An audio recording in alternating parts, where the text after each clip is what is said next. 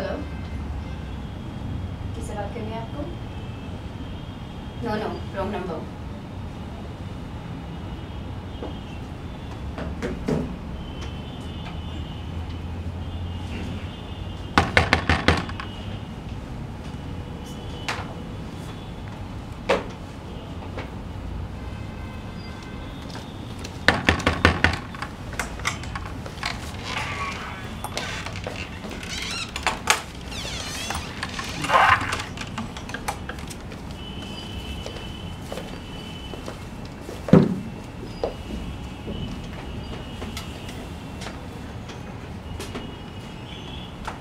तो पूरे होने लगे तुम्हारे सपने?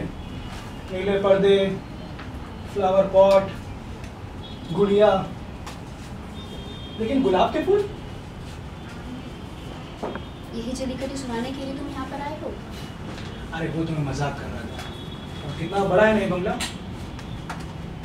ये फर्नीचर, ये सजावट, ये दुनिया ही अलग है। अब बुरा ना मानो, एक बात और कहूँ, इन कपड़ों में, उस पूरे बैकग्राउंड में तुम्हें देखकर लगता है कि तुम सही जगह पहुंच गई। तुम्हें देखकर कोई नहीं कहेगा कल तक तुम खुद एक क्लर्क थी और एक क्लर्क की प्रेसी। बस डर एक बात का है। किस बात का? तुम्हारी सोच के ढंग में फर्क ना आ जाए, वरना मैं तो कहीं का नहीं रहूंगा। और यही बात तुम पर भी तो लागू होती है। मतलब बताना जरूरी है। नहीं नहीं, ऐसा कुछ नहीं होगा। इस प्रकार की तो आशंका भी तुम्हारे मन में नहीं उठनी चाहिए। तुमने हाथ क्यों छुड़ा लिया? पता नहीं क्यों हाथ अपने आप हट गया। तुम्हें मेरा स्पर्श कैसा लगा? अपना या पराया? साधिकार या अनाधिकार? तुम्हारे ही शब्दों में मतलब समझाना क्या जरूरी है?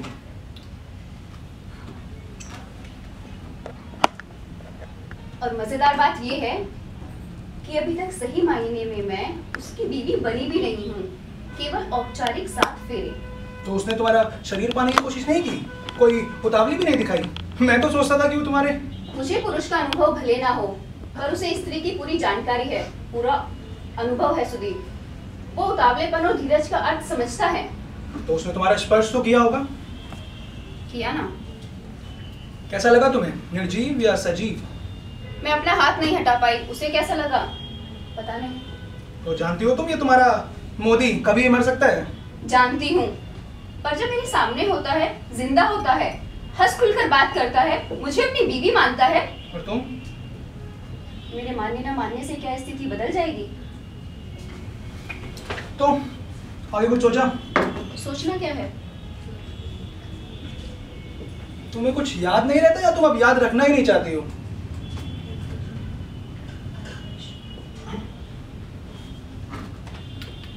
हेलो, कौन? डॉक्टर बंसल? जी नमस्कार। जी वो बाहर गए हैं, कोई मीटिंग है। जी आपको मुझसे ही बातें करनी है? जी कहिए।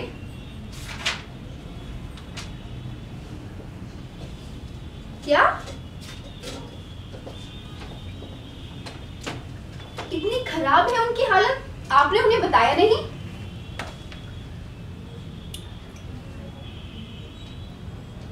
क्या मैं ही उनको जिंदा रख सकती हूँ?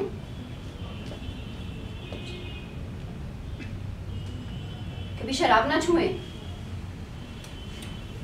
जी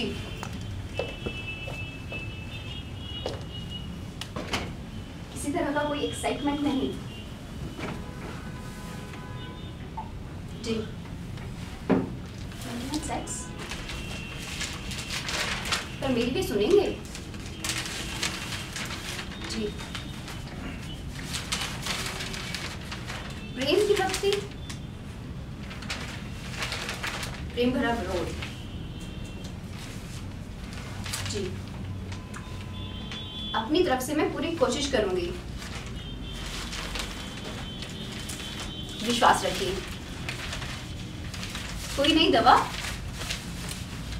कई पुरानी? जी जी जी ठीक ठीक है, थैंक यू। लो, डॉक्टर ने हमें रास्ता बता दिया, पूरी बात। अब उसने जो कुछ कहा है उसका ठीक उल्टा करना है, हर बात एकदम उल्टी। बस एक बात सही करनी है, वो ये प्रेम का विश्वसनीय नाटक, इसमें कोई कसर नहीं होनी चाहिए। तुम कितनी जल्दी फैसले कर लेते हो सुदीप? क्योंकि उद्देश्य को लेकर मेरे मन में अब कोई गलतफहमी नहीं है। जिन लोगों ने हमसे हमारा मकान छीना था वो उसी जाति के थे जिसका ये मोदी हमारा षड्यंत्र दुश्मन को उसके घर में घुस के उसके हथियार से मारना है चाहा। लेकिन तुम्हारी भूमिका तो अब केवल एक सलाहकार की रह गई है। इस स्थिति से तो मुझे सामना करना है ना। क्या मैं तुम्हारी तरह इतनी जल्दी फैसले कर पाऊंगी? फैसले तो हो चुके हैं, उन्हें सिर्फ अमल में लाना बाकी है। भावनाओं को ताक पर रखकर, संस्कारों का बोझ उतारकर, नैतिकता के कांधे में लात मारकर हमें हर काम सावधानी से करना है। यानी दूसरे शब्दों में हत्या नहीं? शब्दों के हेर फेर में उद्देश्य नहीं खोना चाहिए। हमारी सफलता पे ही हमारा भविष्य टिका है, हमारा प्यार टिका है। तुम यही जलीकट्टी सुनाने के लिए यहाँ पर आई थी? नहीं, एक काम और था मुझे। कौन सा? मुझे 6000 रुपए चाहिए। उस खान को लौटा देना बहुत जरूरी है, वरना वो मेरा पीछा नहीं छोड़ेगा। तो अभी केवल ब्याज क्यों नहीं दे देते? नाहक ब्याज क्यों दे? मैं तो पूरे पटा देना चाहता हूँ, और जब रुपए हैं तो पटाने में देरी क्यों? तुमने ये कैसे मान लिया कि रुपये हैं, और अगर है तो उनका कोई हिसाब नहीं है? तब ये क्यों नहीं कहते कि तुम्हें अब रुपयों का मोह हो गया है? वैसे तो यहाँ इतने हैं कि हर तरफ बिखरे पड़े हैं। वो देखो, गलती से रह गए। तो लाओ मुझे दे दो, मैं उसके ब्याज से मुक्त हो जाता हूँ। लाओ दे दो मुझे रुपए। लगता है कोई आया है।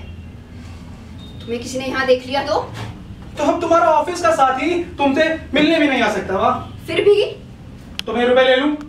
हाँ ले लो, और पीछे के रास्ते से जाओ।